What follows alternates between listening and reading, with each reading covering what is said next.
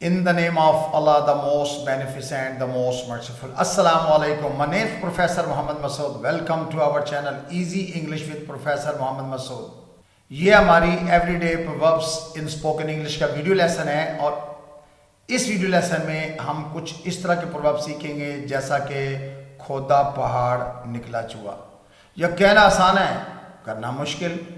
यह करने को न करतूत, लड़ने को मजबूत। यह गिरते हैं शाह सवार ही मैदान जंग में। दरअसल ये जो कहावतें हैं और ये जो प्रोवर्ब्स हैं ये एक गाइडलाइन है और टाइम टेस्टेड बातें हैं, यानी वक्त के साथ लोगों ने इनको टेस्ट किया और उसके बाद एक मुहावरा बना दिया, एक कहावत बना दी, एक प्रोवर्ब बना दिया, जिसको अगर हम अपनी लाइफ में प्रैक्टिकल लाइफ के अंदर अगर हम इसको इस्तेमाल कर लें तो हमें इसका फ़ायदा भी होता है। तो आइए हम न सिर्फ इनकी इंग्लिश पढ़ेंगे बल्कि इनके इस्तेमाल भी सीखेंगे। कबूतर रा कबूतर बाज रा बाज, ये हम उस वक्त बोलते हैं कि भाई जैसे हम कहते हैं ना, a man is known by the company he keeps, इंसान अपनी सोबत से पहचाना जाता है। इसी तरह कबूतर रा कबूतर, यानी कबूतर कबूतर के साथ उड़ेगा, बाज रा बाज और बाज बाज के साथ जाएगा। यानी जो परिंदे हैं वो ये नहीं हो सकता कि अब बाज जो है वो कौवे के साथ उड़ना शुरू कर दे या कौवा जो है वो कबूतर के साथ उड़ना शुरू कर दे। कबूतर रा कबूतर, कबूतर कबूतर के साथ उड़ेगा, बाज बाज के साथ उड़ेगा।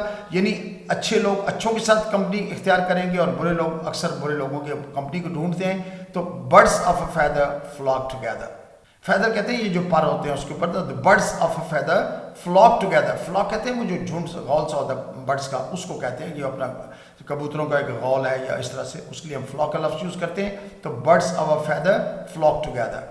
अच्छा, कहना आसान करना मुश्किल, ये हम कहावत उस वक्त बोलते हैं जब लोग बातें बहुत करते हैं ना, उसको जैसे अक्सर हम चीज़ों में कीड़े तो जल्दी निकाल लेते हैं, लेकिन अगर हमें खुद करना पड़े तो फिर हम सोचना शुरू कर देते हैं। Then we get in trouble, मुश्किल में फंस जाते हैं। फिर हम चुप भी हो जाते हैं कि अगर प्रैक्टिकली खुद को करना पड़े तो कहना आसान करना मुश्किल।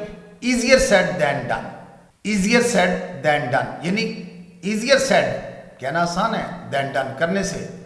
या खोदा पहाड़ निकला चूहा, यानी बहुत शोर किया, बहुत ववैला मचाया, बहुत कोशिश की, रिजल्ट कुछ भी नहीं। तो much ado about nothing, much ado, ado कहते हैं यानी शोर शराबा, हंगामा, बड़ा हंगामा किया हुआ है, अबाउट नथिंग कुछ भी नहीं। जैसे वो कहते हैं ना, storm in the tea cup, ये यानी मामूली बात पर हंगामा, दैट इज कॉल्ड अडू।